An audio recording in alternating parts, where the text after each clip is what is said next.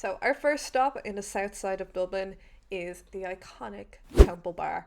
And I would say the only good way to get into Temple Bar is over Halfpenny Bridge and into Merchant's Arch. Use that as your entrance and you will get all of the good Irishy traditional feels, because there's normally trad blaring from some kind of touristy pub.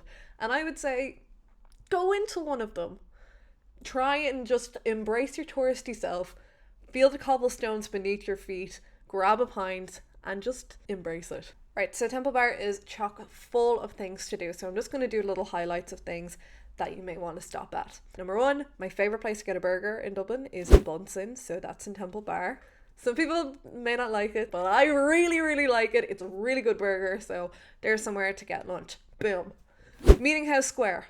I sympathize with tourists and wanting to sit down, so I'm always going to point out places where you can sit down, and that is Meeting House Square in Temple Bar. It's this lovely little sanctuary in the middle of Temple Bar. It's open, there's free Wi-Fi, and you can sit down and just take a load off for a second. Another indie cinema that's quite good is the IFI. That's in Temple Bar as well. One of its entrances is your Meeting House Square, so you can go right in there. I quite like the postcards that you can get in their little Irish DVD shop. So Temple Bar is known for having loads of vintage shops, and my favourite by far is Lucy's Lounge. It is the big pink building, you cannot miss it, and it has been in trading for 35 years, so you have to check it out, and it's pretty reasonably priced. Cafes in Temple Bar, I like Joy of Cha to sit down, you can charge your phone there.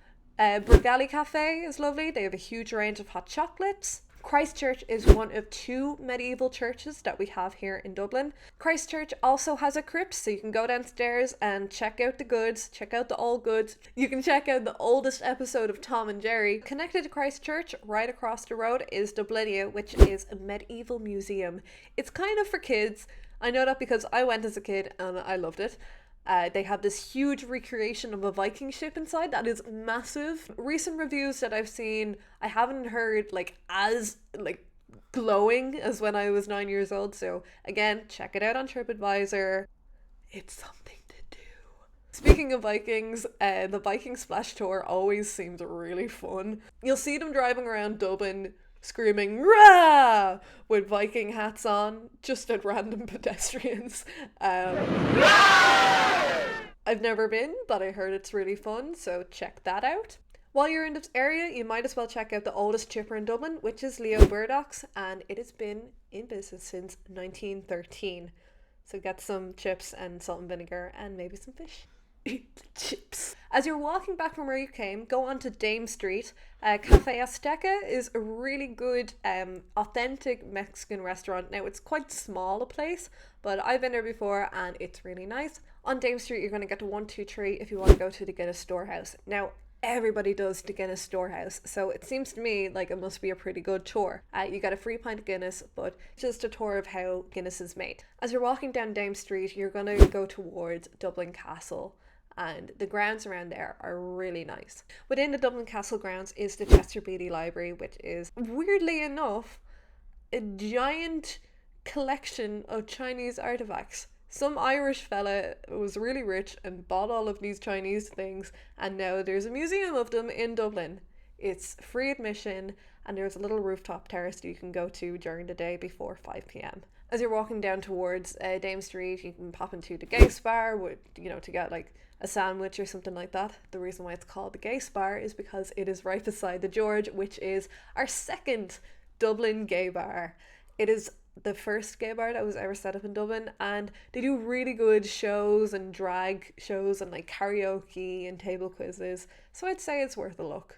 Keeping on Georgia Street is the Georgia Street Arcade. They have a few little funky bits that you can pick up. It's kind of like an indoor market space, kind of fancy shopping centre. Back on Dame Street though is KC Peaches to get some healthy food, healthy lunch. It's kind of like a buffet style. You buy your size of bowl that you want and then literally just stuff it with as much food as you possibly can.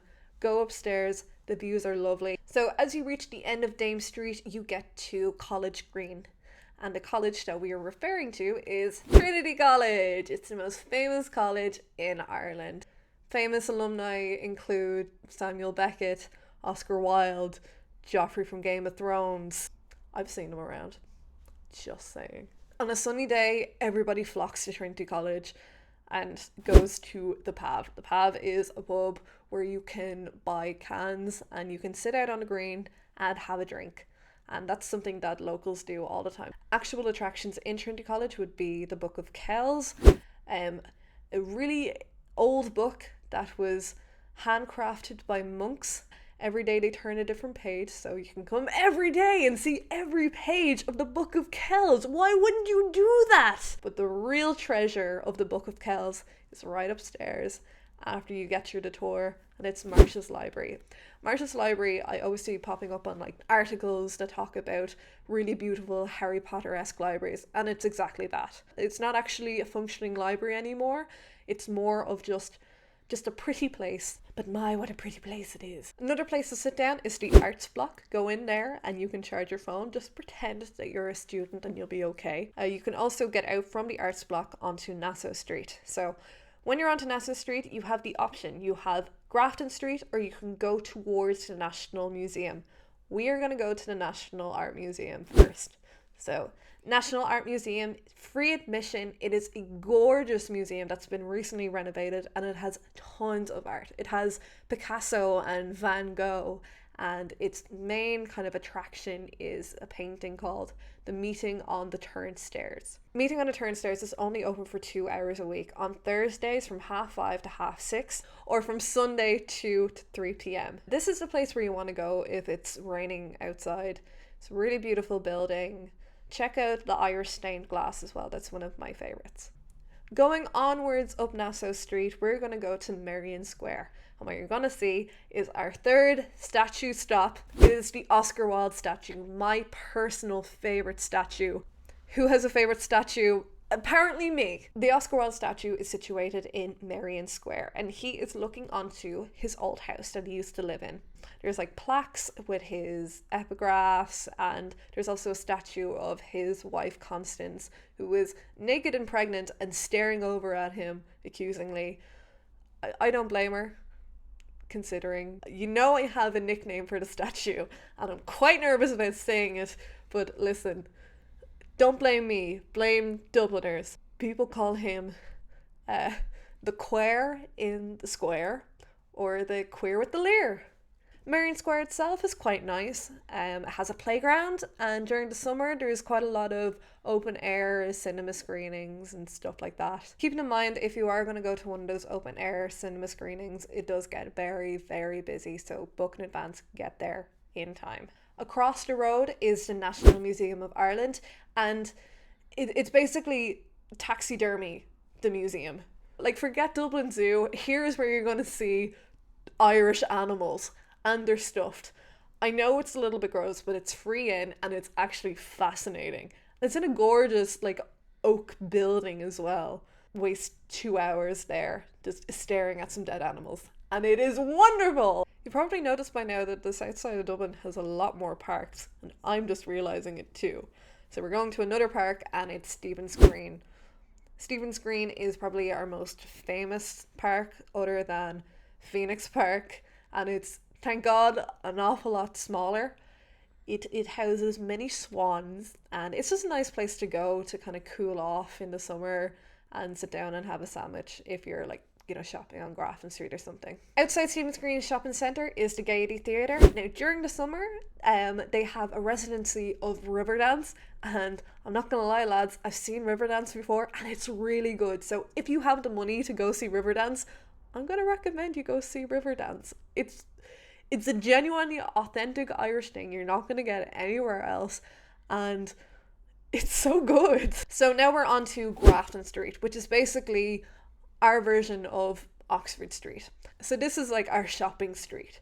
So you have loads of clothes shops, you have your typical fast food, you have Brown Thomas at the end of the street, where you can actually get like proper designer gear. While you're walking down Grafton Street, we're going to get to our fourth statue, which has the most disappointing name of them all. So it's Phil in it, right? They've called him the ace with the bass, which makes no sense because he's holding a guitar. They might be talking about the base of a statue. Why is he called the ace? I've never heard anyone refer to someone as an ace, but it is what it is. Many people have tried to steal the Phil Lynott statue. I don't know what it is about this statue that people have wanted to steal it, but it has happened before. But he is back just off Grafton Street where he belongs. Beauty's Cafe is a nice place to go. They have a lovely little like balcony area. I've had some really nice iced tea there, and I mean it's a little bit on the swanky side, but it has a great view onto Grafton Street, and it's somewhere to stop off while you're walking around Dublin. They also have a theatre inside there, so have a look at the leaflets and posters that are around if you want to go see some local theatre in Dublin. The streets just around Grafton Street, like South William and Wexford Street and Clarendon, they're really nice. There's tons of restaurants and bars, so whether you're wandering around on a sunny day or at night time, I would say it's worth having a little wander around here. Places of note would be the Hairy Lemon. On top of just being a traditional Irish pub, they also have a restaurant that serves quite a lot of Irish food as well, and the quality is fairly decent. Across the road from Hairy Lemon is also PMAX, so if you're into like craft beer and trying different types of, I don't know, what would you call them, like just different beers, you would know. Then this place is the place for you. They have so many different taps, and it just has a nice kind of like pleasant hipstery vibe. It's really dark in there, so if you're a vampire, like you can shield away from the sun. So what better way to end the video but on our fifth and final statue stop? Of course, it had to be her, the Molly Malone statue. So the Molly Malone statue was erected after a famous Dublin song. She's mostly known because she has massive breasts and everybody touches them. The material of the statue is actually eroded around the boobs because people touch them so frequently. And the name for the statue is actually quite sweet. Okay, well it starts off with the tart with the cart or the dish with the fish. Very cute. So on that note, I'm going to leave you and love you. Hope this was helpful to you guys and you come to visit very soon. Thank you. Bye.